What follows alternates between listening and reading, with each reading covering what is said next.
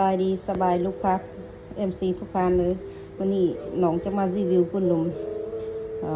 นี่เขามีไล่รุ่นเนาะประกอบทรงลูกค้าอยู่แขวงจำปาสักน้ำลงน้ำทาซ่องรุ่นฟักต่อนี่ส่งไปให้ลูกค้าสำเนื้อเนาะ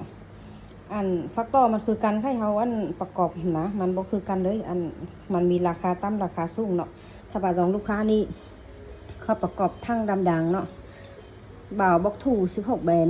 กล้องไวทันเตอร์เนาะเรานี่มันปิ้นเราปอดีกอนนำมาเก็บเสียงX5เก็บเสียงแฝงเนาะมันพร้อมจริงมีแมทเทอร์นี่รุ่นนี้มันปิ้นราคาสูงสุด13.5 ล้านเลย13.5 ล้านถ้าว่ารุ่นนี้ใช่รุ่นเคซ่องเนาะมันธรรมดาให้ลูกค้าเขาจะมันเบาเนาะเขาให้ถังคาร์บอนเบา8 แบน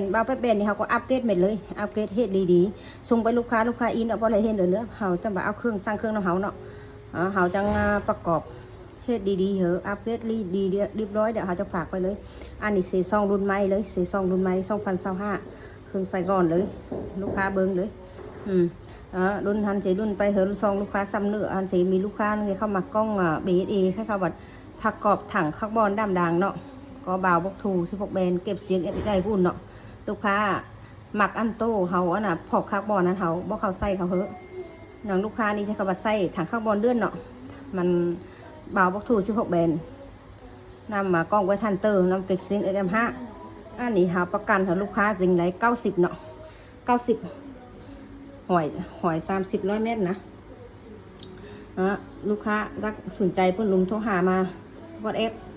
020976697688224เนาะลูกค้าตาบาเฮาอันถ้าประกันตึงรุ่นเลยประกอบเขาตั้งกล้องตั้งเบาเขาเฮ็ดดีๆเรียบร้อยเม็ดเขาจังซุงไปให้ลูกค้ามันมีฟอร์มจริงเม็ดโอลิงซุปซ้อมเลยลูกค้ารักหมักรุ่นไหนเนาะราคาต่ำสุดเขาก็มีราคาสูงเขาก็มีเนาะแพงก็มีเนาะ